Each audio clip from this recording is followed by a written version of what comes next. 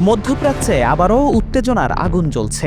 ইসরায়েলের টানা এক সপ্তাহের বেশি সময় ধরে চলা বিমান ও ক্ষেপণাস্ত্র হামলায় ইরানের পরমাণু স্থাপনাগুলো সরাসরি লক্ষ্যবস্তুতে পরিণত হওয়ার পর পরিস্থিতি স্পষ্টতই যুদ্ধের দিকে মোড় নিয়েছে। ২১ জুন ইসরায়েল দাবি করেছে তারা তেহরানের পরমাণু কর্মসূচিকে অন্তত ২ থেকে ৩ বছর পিছিয়ে দিতে সক্ষম হয়েছে। এমন এক সময়েই মার্কিন প্রেসিডেন্ট ডোনাল্ড ট্রাম্প হুঁশিয়ারি দিয়েছেন, আগামী ২ সপ্তাহের মধ্যে যদি সমঝোতায় পৌঁছানো না যায় তাহলে যুক্তরাষ্ট্র সরাসরি সামরিক পদক্ষেপ নিতে পারে।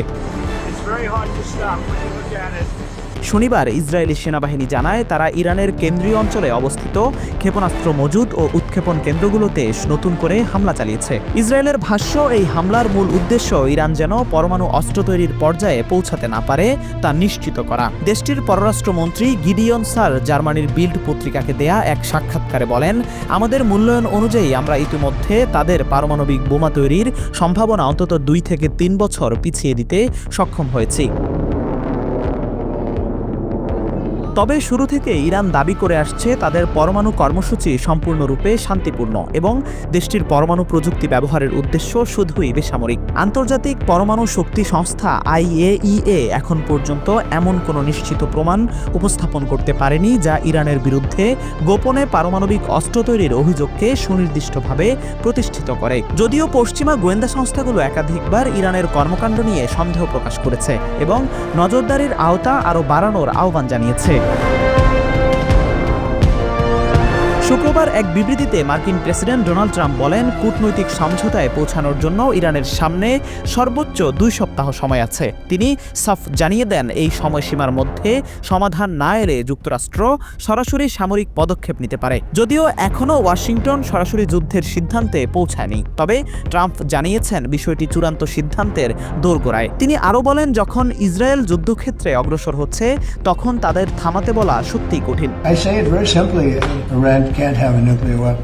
এমন উত্তেজনাকর মুহূর্তে পরিস্থিতি কূটনৈতিকভাবে নিয়ন্ত্রণে আনতে সক্রিয় হয়েছে ইউরোপ।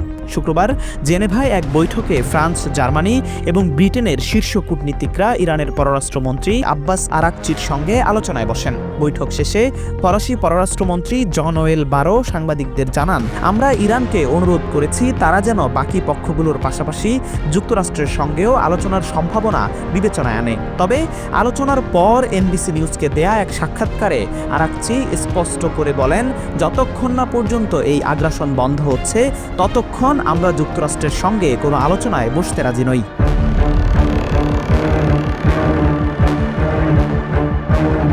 বিশ্লেষকদের মতে, যদি যুক্তরাষ্ট্র সামরিক অভিযানে সরাসরি জড়ায় তাহলে তা নির্ভুল লক্ষ্যভেদে সক্ষম ও গভীর প্রবেশ ক্ষমতা সম্পন্ন অস্ত্রের উপর নির্ভরশীল হবে। কারণ ইরানের সবচেয়ে সুরক্ষিত এবং দুর্গম পরমাণু স্থাপনাগুলো, বিশেষ করে পাহাড়ের নিচে নির্মিত ফোর্দো ইউরেনিয়াম সমৃদ্ধকরণ কেন্দ্র, সাধারণ বোমার আঘাতে ধ্বংস করা সম্ভব নয়। এই পরিস্থিতিতে মার্কিন অস্ত্র ভাণ্ডারে থাকা বাংকার ব্লাস্টার বোমা ব্যবহারের সম্ভাবনা জোরালো, যা ভূগর্ভস্থ কাঠামো ধ্বংসে অত্যন্ত কার্যকর এবং বর্তমানে কেবল যুক্তরাষ্ট্রের কাছেই রয়েছে।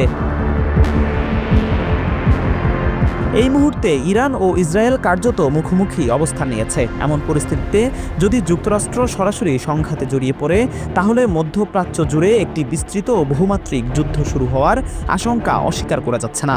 একদিকে সৌদি আরব ও সংযুক্ত আরব আমিরাতের মতো উপসাগরীয় মিত্ররা হয়তো ইসরায়েলের সামরিক ভূমিকায় নীরব সমর্থন দিতে পারে। অন্যদিকে লেবাননের হিজবুল্লাহ, ইরাকের শিয়া মিলিশিয়া কিংবা ইয়েমেনের হুতিদের মতো গোষ্ঠীগুলো ইরানের পক্ষ নিয়ে সরাসরি সংঘাতে জড়াতে পারে।